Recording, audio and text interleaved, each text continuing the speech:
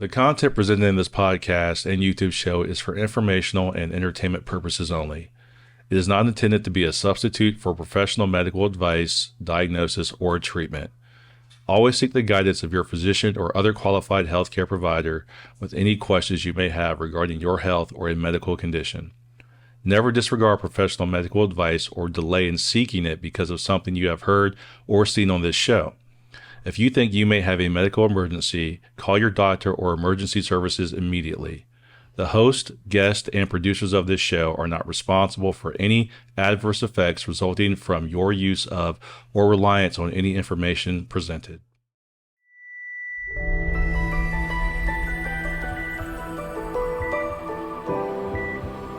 Andrea,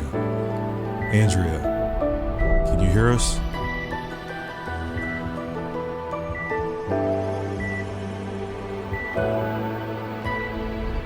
Many years ago, I died for 26 seconds. There are so many people in this world that have experienced life events that have led to their soul purpose. Wake Up Your Soul with Andrea will bring you these significant life events that demonstrate how to use those moments for guidance and life purpose. These are our stories.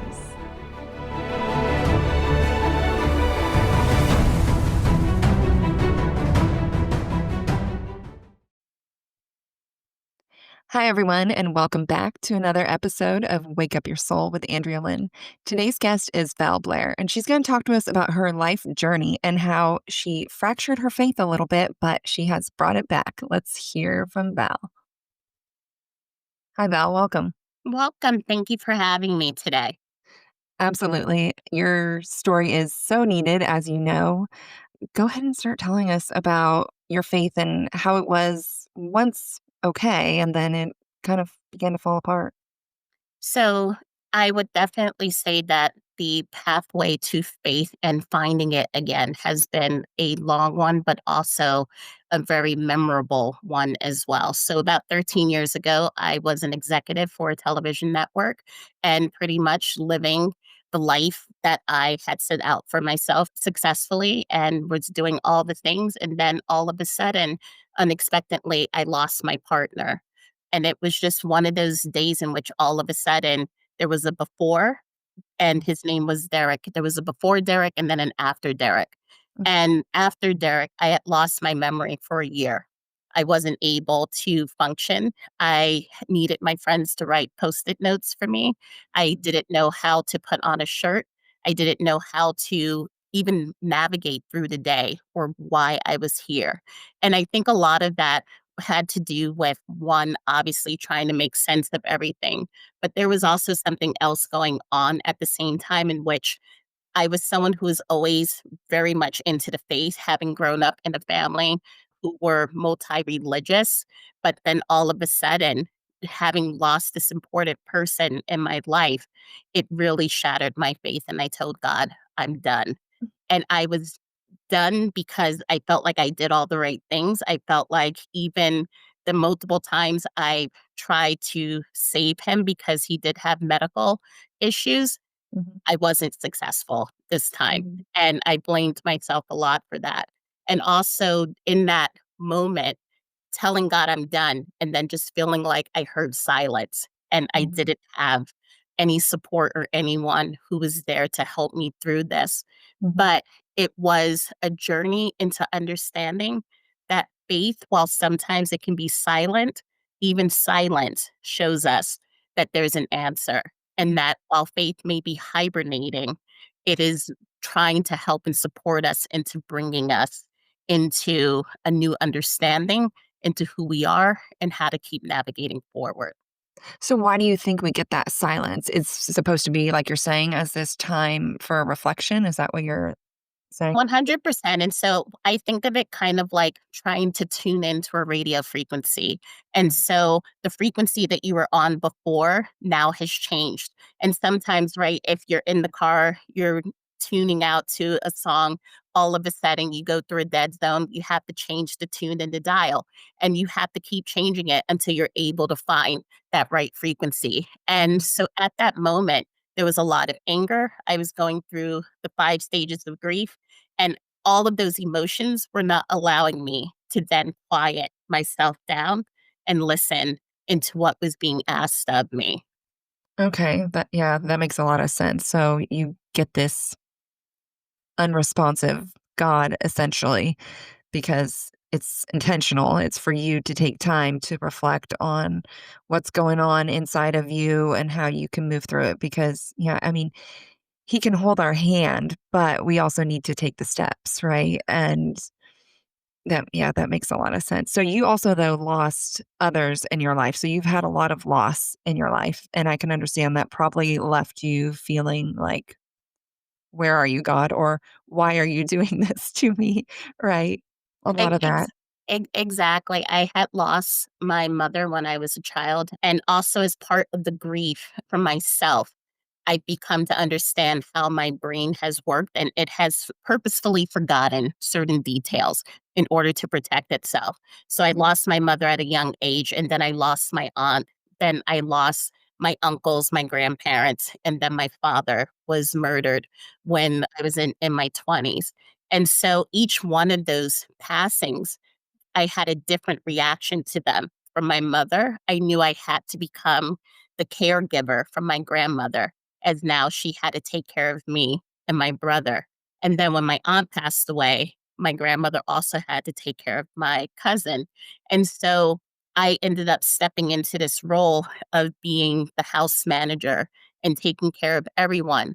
But at the same time, while I was navigating through these, it was also a question as to what is the purpose? What is the reason Yeah. for this? And for many of those years, my relationship with God, what I would call, was still on solid ground until I lost Derek. And then all of a sudden, it was like the ground just fell from underneath me. I needed to remember every single thing about him, just what he looked like, what he smelled like, just everything. And that was different from how I was grieving my other family members. But it was this now all of a sudden, what is the purpose? To Mhm. now I'm angry and you have abandoned me. Mhm. So where are you at now with all of this as far as reflection goes? I'm just curious if you've kind of figured out what you believe is the purpose in all this because there seems to be an overarching theme in your life where you lose people that are really close to you quite often, but there's got to be a purpose in all that, right? So what do you think that is? So interestingly, during that period of grief and just navigating through everything, I started receiving what I call the breadcrumbs. And these are the breadcrumbs that then started helping me to realign with myself and realign with my faith. And it started with little things. So, for example, I had this dream and it was of this woman with an address, and it said, you have to go to her house. Now, obviously, this requires space into going to a random woman's house and announcing yourself and not knowing why you're there. But it turned out the night that I went to her house, she was hosting an evening with three mediums, one that could hear, one that could see, and one that could feel. And that was the first night I connected with Derek.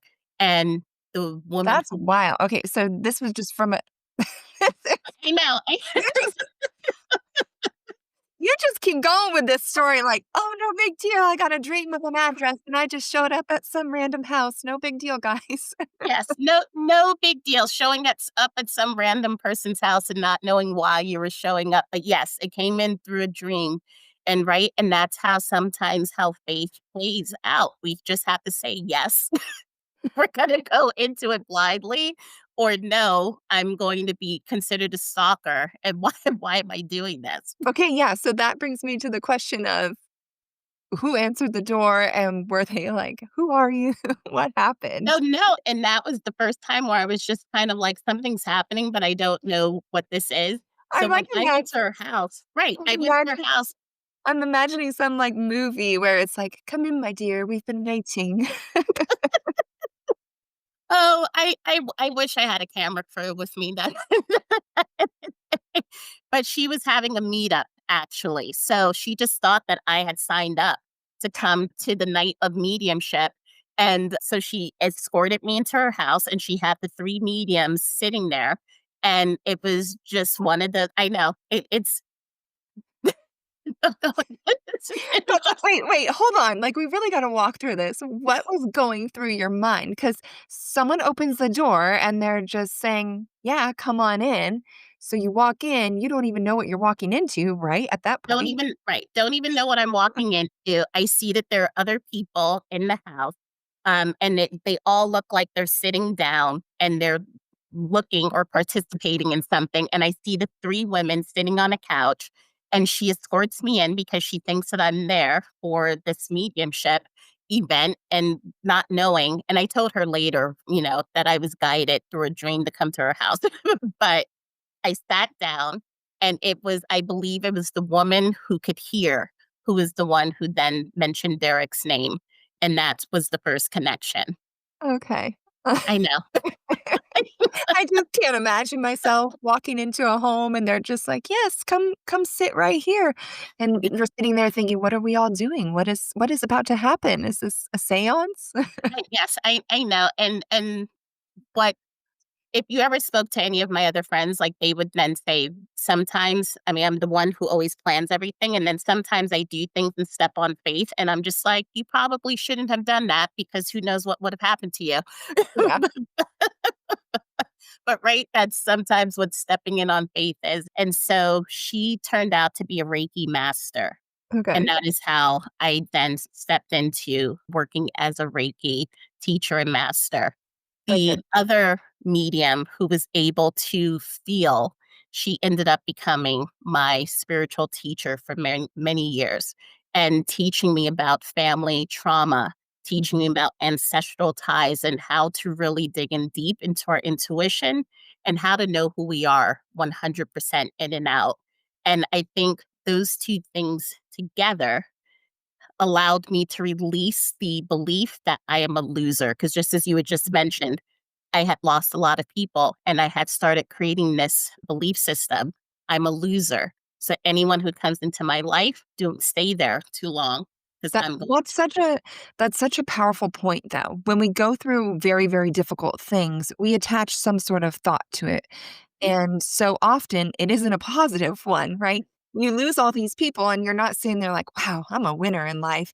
That that's probably not the thought you have. And so yeah, that makes a lot of sense that then you start thinking, I'm a loser or people just don't stick around for me. I'm so unlucky. I'm so like it just creates all these negative thought patterns and this is just kind of the beginning of a downfall.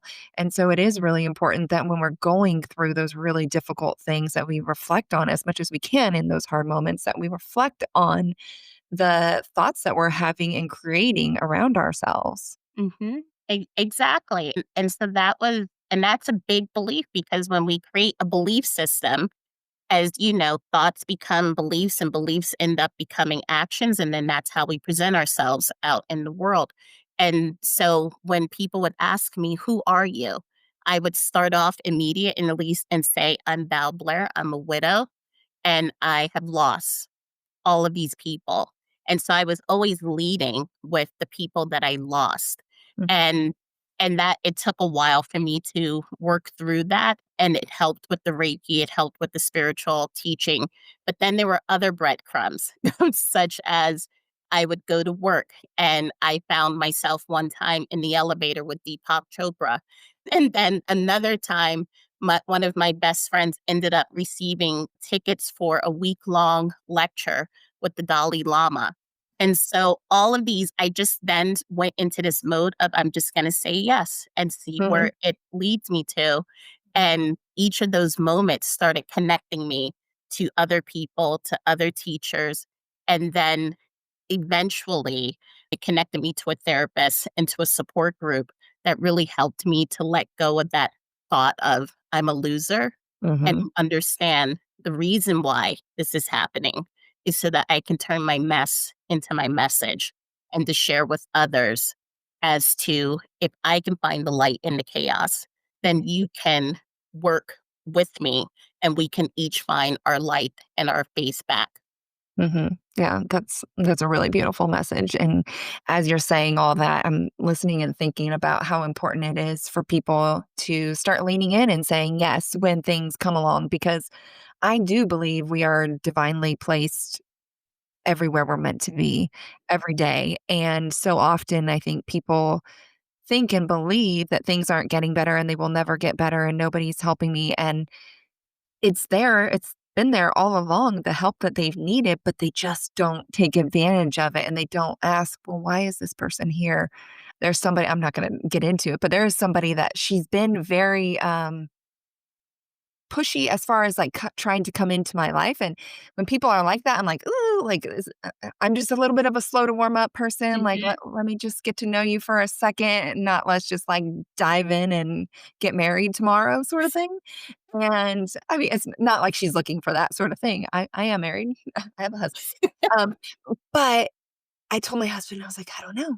I don't know why. She clearly wants to be my friend, like very badly. And usually I would think you're a little bit crazy for jumping all over me like this. But like, maybe I'm just gonna let it be and see why she's meant to be in my life for some sort of reason. But anyway, that's a whole nother tangent. But yes, lean into the little things that come along your way, because it sounds like that was really big for you when you started saying yes to the things that were coming along.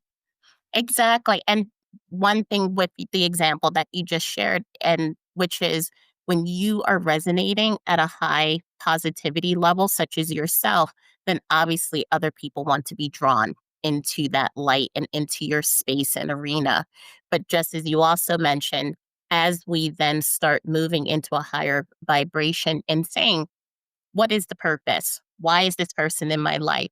Then other things start becoming attracted to you. And not because all of a sudden the universe is just like, I'm just going to throw all these positivity bombs at you, but it's because we're allowing ourselves to let it come in. And Mhm. so, for example, me having a dream and going to some random stranger's house, I allowed that curiosity to come in. I could have said, no, I'm just going to stay in bed all day, and Mhm. then I would have missed out on that blessing. Yeah. I really like that point. I'm talking about the frequency and the people that you allow in your life. And I talk about this, and I had posted a long time ago, and I drew this diagram, but I tell people as an exercise to draw yourself in the middle, little stick figure. You don't have to be an artist, but draw yourself in the middle and then list out all the people around you. Who are the people in your life? All the people that you can think of that you interact with frequently. And then list the qualities next to them. Each person, what qualities do they have? Whether they're good or bad. Like when you think of that person, what do you think of? And then look at this whole picture and just look at the words. And that's what you're surrounding yourself with. Because sometimes people are wondering why their life is the way it is. But it's like, well, what is the circle that you're keeping yourself in? And you can, just because you think you're there and you're with those people, that doesn't mean you can't start to pull in other people from another frequency and start mixing it up and shaking things up and changing your life. Exactly. And right, just as you said, because we are mirroring those qualities, those are the qualities that deep down inside we do want, and we want to be surrounded in that energy. And so our friend circle and then the larger circle, they're all mirroring that back to us and letting us know that we're worthy and deserving of that. Yeah. I think when you're saying that, I feel intuitively very guided to say this right now, but I'm picturing, because I think sometimes people can't understand the whole mirror effect. And well, just because they're sad doesn't mean I'm sad. And, I'm still going to be me and I'll still be positive. But imagine if somebody's in front of you crying their eyes out. Are you jumping around like a cheerleader with so much happiness? Like it immediately pulls you in. And so we have to look at it like that and look at it in the most extreme way. Somebody's bawling their eyes out. They're so sad. How do you end up feeling? It ends up leaving you with so much sadness. So if you start surrounding yourself with people that are upbeat and happy and excited, it's going to start to rub off. You can't be that super sad person around that. It's hard. It's difficult. So push yourself. Exactly. And I would also add one more thing to that great example is if someone is also sad because we have experienced sadness through our journey, then we know how to hold it and how to hold space for that person as well. And to be able to then shift their energy into you know what, this moment isn't great. It sucks, but I can get through it. Yeah. I think sometimes people walk away too from people when they're going through really difficult times. They get tired of hearing the same story over and over. And I think it's okay to limit your exposure, but Mhm. we're humans and we need to give grace to people and continue to encourage them along their journey. Exactly. What do you think was the biggest turning point in you getting your faith back on track? So the biggest turning point for myself was, so I had started going back to work, and interestingly, I just felt that I was detaching from myself every single Mhm. day. And I was still moving into the grief, into regret. And I remember one day coming back home, and now I look at it, it was a panic attack. When it happened, obviously, I didn't recognize it as a panic attack. And I remember just saying, okay, if something happens to me, I just want to make sure that someone knows to water my plants and just all these other things. And in that moment, I said, I'm ready to go because I just miss everyone and I don't know why this is happening. And in that moment, I had that connection with Derek in which he was saying, okay, if you're ready to go, then let's go. And Mhm. I saw myself clearly about to walk out the door, and I could see myself on the couch. And all of a sudden, I said, no, there are so many people that I need to help. I've lost family members through different types of reasons and in ways. And I have a unique perspective and ability to be able to help. And I can't leave until I'm able to help. And it was in that moment, all of a sudden, I woke up and I said, you know what? I need to stop for myself being in this space of I'm a loser. And I had to shift into how can I reconnect with my faith. And it took a long time and it took through journaling and writing out my anger, my feelings. But then I moved into a space of then coming into back into faith and understanding this is why I'm here. Wow. Yeah. I'm I'm happy you were able to even get there because I think that's really hard when you lose a loved one. I just don't even know how, but I'm glad you were able to get there. But what would you say for people that are going through something similar? How do they get there? Because I think not everybody has the same level of strength or reflection. So, how can they begin to reflect and figure it out? And so, how can others step into their faith? And so, I would say to start small. And just as you said, we don't all grieve the same way. We do not all process and heal the same way. And so, it's important for us to give grace to ourselves, in which if you can wake up and say, I woke up this morning, that's a win. Mhm. I am taking everything one step at a time, that's a win.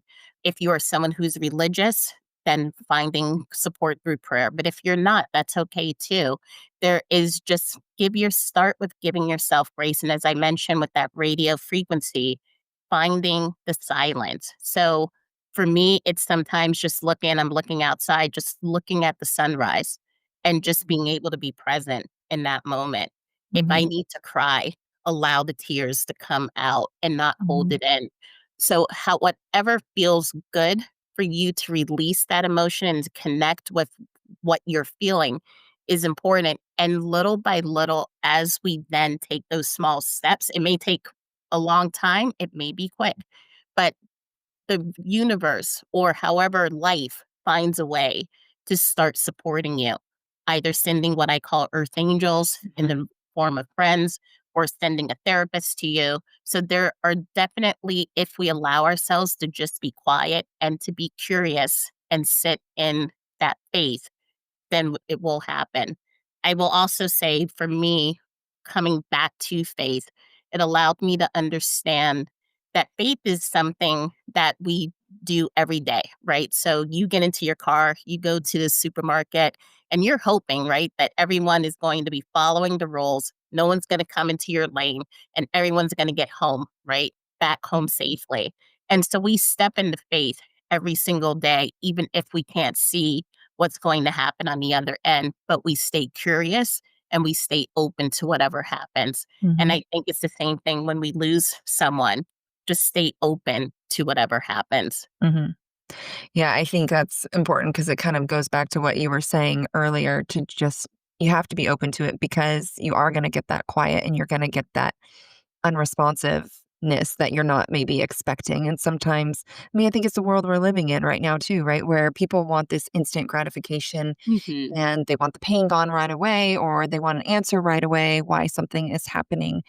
And we don't always get the answer right away. I don't think we're meant to get the answer right away why something is happening. It's part of our life's journey to understand why something happens, right?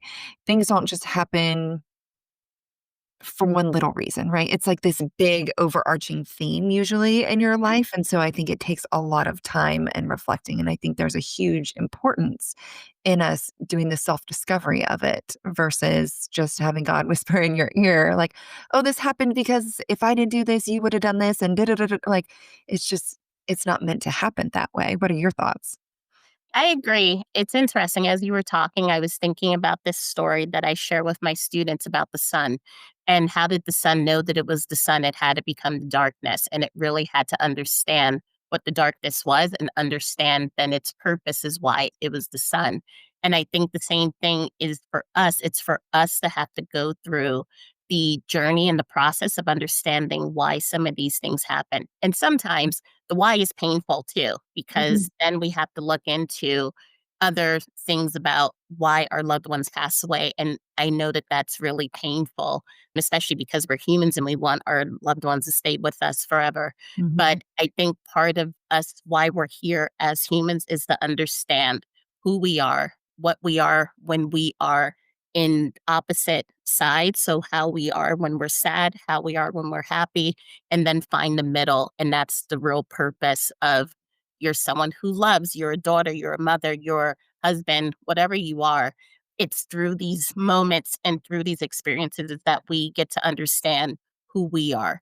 Mhm. And that's why I do think it's important. But to your point, it's very hard. My process took about 13 years to get through. And even still, sometimes I go into these moments where I'm just saying, why did that happen again? And then I have to realign myself and say, okay, this is why I'm here.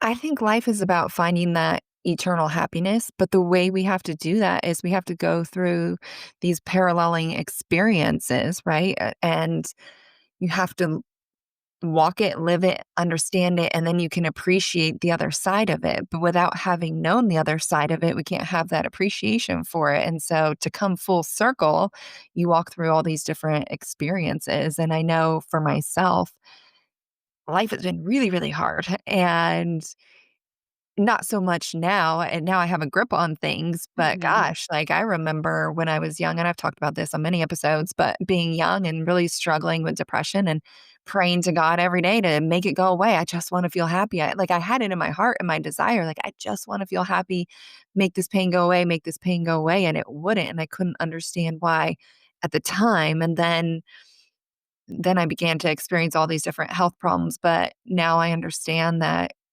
a lot of that was to make me the strongest person I could possibly be, and I don't think I know what else could make me any stronger than all the different things that I've been through. Mhm.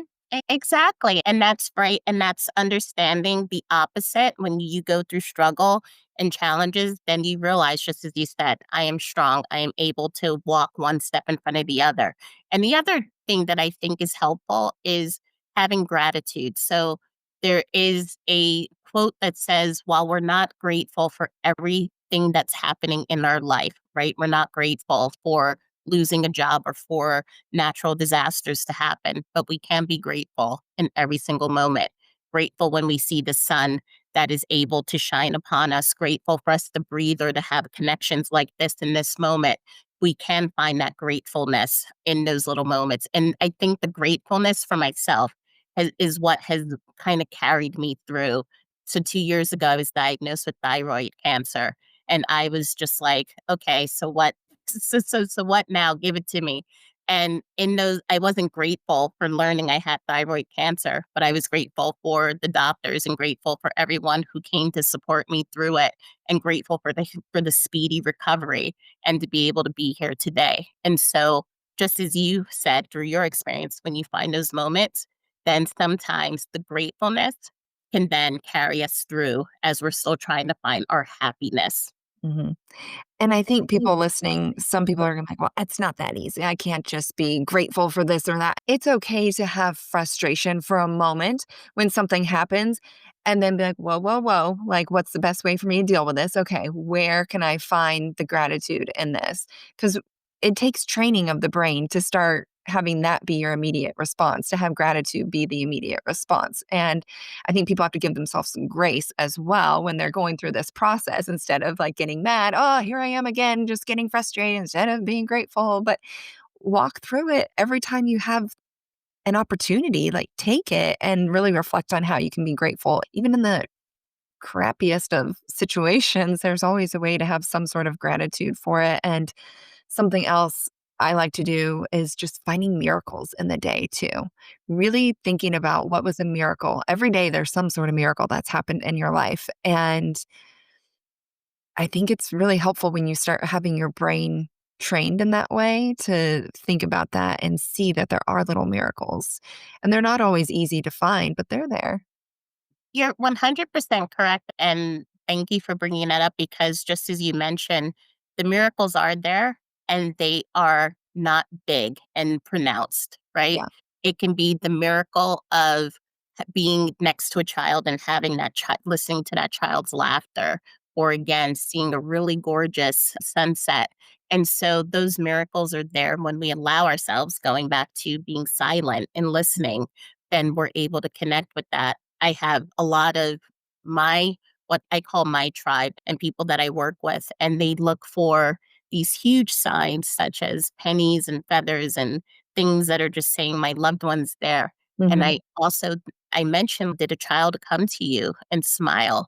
And how did that make you feel? And when they connect with that and they're like, that's how I felt when I was with this person. And I said that that's not a coincidence. That came to you to give you what you needed in that moment. And so there's your miracle. And Hmm. so to your point, it's a muscle. We have to fine tune it and work it. But I am not under any delusion that it's going to be easy because losing someone that you love is devastating and it changes you. Yeah. You're not going to be the same person that you were. You never will be the same person. You're now learning to walk with grief and navigate in this new life that you have. Yeah. I like that you're pointing out too, though, that small things are big things and we can see the miracles in these little things because I have an example that it probably seems silly, but this is an example of how tiny, but how great it can be. And just kind of that sign that when you need that comfort, it's going to be there sort of thing. And one time I was in the car with my daughter and her favorite song came on, but we had just pulled in to wherever we were going. So I had parked and I mean, we were probably 20 seconds in. So I turn off the car, song's over, right? So we go into the store for probably like 30 minutes. We get back in the car, we go to leave, and the song comes right back on. Mhm. And I was like, I'm sorry, but radio stations don't really play the same song multiple times in 1 hour. And it was like 30 minutes. I was like, how did that happen? I don't know. And I know that might seem silly, but I'm calling it a miracle. Like it made us smile and it brought us joy. So I took that as a miracle. So I'm just sharing that because I think people need to hear that, like, it might seem a little bit silly, but it still can be considered a miracle. Exactly. And right, or even meeting someone that has the name of your loved one. Again, I always say, what are the chances of that person being in the exact same spot that you're supposed to be in? Or you smelled their favorite cologne on someone else. So what are the chances? And when we can let our brain be able to be curious, I call it the ego. I call it the bouncer in the club, right? So just like a bouncer, right? The bouncer wants to protect us. It wants to make sure, I'll use myself an example. Val is okay. Val doesn't get upset or angry because I just don't want her to be upset. So all of those moments and opportunities that could make me upset, the bouncer says, no, you can't come in to the club, right? And so that is why some of us, we miss those opportunities because the bouncer just wants to protect us. But if we can then go inside and say, you know what, I got this, I got us, just let us stay curious. And then the bouncer maybe will let one person in that it would Mhm. normally have let in. And then it's like, okay, I can let a few more people in. That's where, as you said, you can see the miracles and then you don't question when the song comes on again within Mhm. less than an hour. Yeah, that's just life. Miracles are everywhere. Yeah. Exactly. And yeah, and you keep talking about coincidences. I don't believe in coincidences at all. I really do believe everything is laid out for us for sure. But I believe also that it's kind of like a fork in the road. We have choices, right? So if somebody's listening and thinking, oh, so my shitty life has just been laid out for me to be crap like this, it's like, well, no, remember, let's go back 10 years ago when this happened to you. Didn't you also have the choice to do Hmm. XYZ? And instead you chose this. So you have to start noticing the patterns you're creating in your life. And this is where habit tracking comes in, and it's super great for people. But you got to start noticing that you've had choices and you chose certain things. And that's kind of what led to where you are. And that's okay. Like, don't get mad and be hard on yourself. Just know and recognize so that you can start making changes going forward. Yeah, and just similar to the exercise you were talking about earlier in our discussion about creating the circle and the people who surround you. There's another exercise where you can just do what I call the milestones, right? So again, let's just use the radio station. So what's the different types of tunes that are coming up? And so milestone number 1 would be what did you do in elementary school that was really exciting? And you keep doing those milestones, and then you take a look at this paper and you see, you know what? Like, I really have accomplished a lot. And when I could have made that choice to go left, I ended up going right. And look at what it brought to me.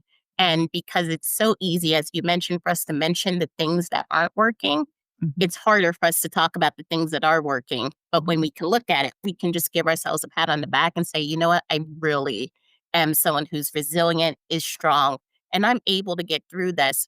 And even the fact, whoever's listening now, the fact that you're here today and whatever challenge you're going through, the fact that you're here today is a testament to how strong you are as a person. I think those are all really, really great points because, yes, it is a lot harder to focus on what has gone right than all the things that have gone wrong. That's so much easier. But that's absolutely the beginning of getting a whole different life going, right? Getting that momentum to change things. That makes so much sense. And I think that's so great for people to hear. So hopefully, people listening, when they are thinking about their lives and thinking it's not where I want it to be and it's not going as I planned, think about all the things that are going right because as you continue to keep your focus in that way, the direction is naturally going to start to shift into a more positive one. Exactly. And every single day we have the opportunity to keep trying and keep doing. Sometimes I think about myself or other people who we may admire, they may not have found their stride until their 50s or 60s. I know I read one story of a woman who ended up becoming a park ranger, which was her lifelong dream. And she did that at the age of 76, I think.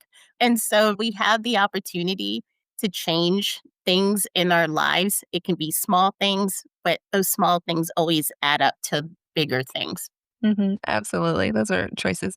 So, Val, do you offer courses? I'm just curious because now you were kind of saying it sounds like maybe you help people. So Okay. yes, I do through a light in the chaos. That is, it started off as just again as a blog connecting with other widows, but now it has grown into offering practical tools and courses for those who are navigating grief or anxiety or just changes in life. And so, one thing that I've realized is we're all unique and we all have different beliefs. Some of us are religious, some of us are spiritual, but there are practical tools that all of us are able to engage in without feeling that we have to have a certain belief or a mantra or affirmation.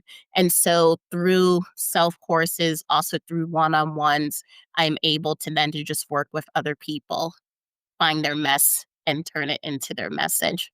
I love that. Yeah, I think everybody needs to have that person in their corner when they're struggling. So whether it's hiring you or somebody else, it's nice to have that person to keep you going because sometimes we need a little bit of help to stay on track. We do. And again, it's as you can tell, a lot of things have are just these beautiful quotes and affirmations that kind of just support me. And there's a beautiful one by Rumi that says we're all just walking each other home. So Hmm. whatever we can do to help the other person is that's why I'm here, is to help you no matter what you're going through. Even if it's just for me to say I see you, then that's what I will do. So again, I had to go through what I went through in order to have the empathy and the space to hold for others, to let them know that they're not alone. Yeah, I mean, it makes a lot of sense when you look back on it. Now, it's unfortunate that it had to come about that way, but clearly you're a much needed person for supporting others.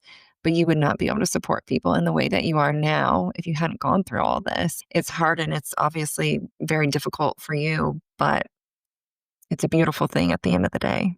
It is, and the same thing for you to be able to offer support to other people, each one of us, even if, again, if we think, I don't have anything special, the fact that you're here. Yeah. Again, if we think about just all the things that had have happened in this world for you to be in this moment at this time, these are miracles. And so the fact that each one of us are here helping each other is what's important. And I think when people think they aren't special, you have to also think about how often do you yourself even tell people that they are special to you?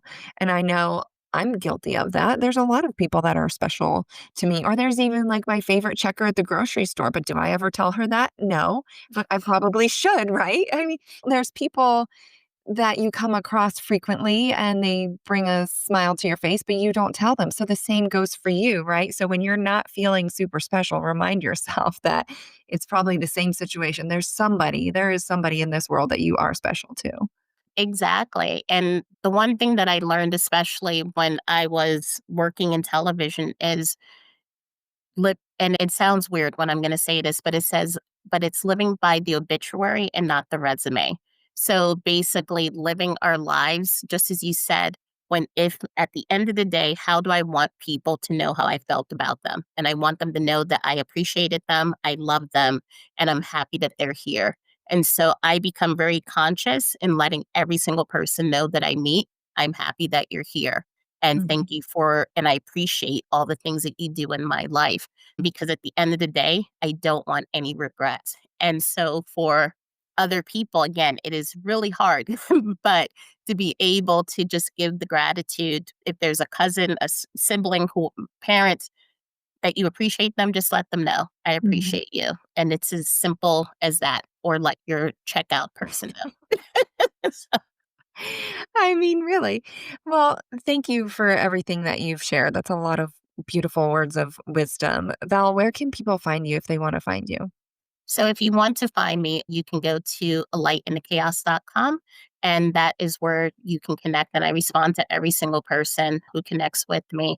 I also do YouTube, but pretty much that is where people can connect with me. But I appreciate this opportunity to meet you, another fellow soul. So thank you Yeah. so much. Same. Thank you so much for being here. Thank you.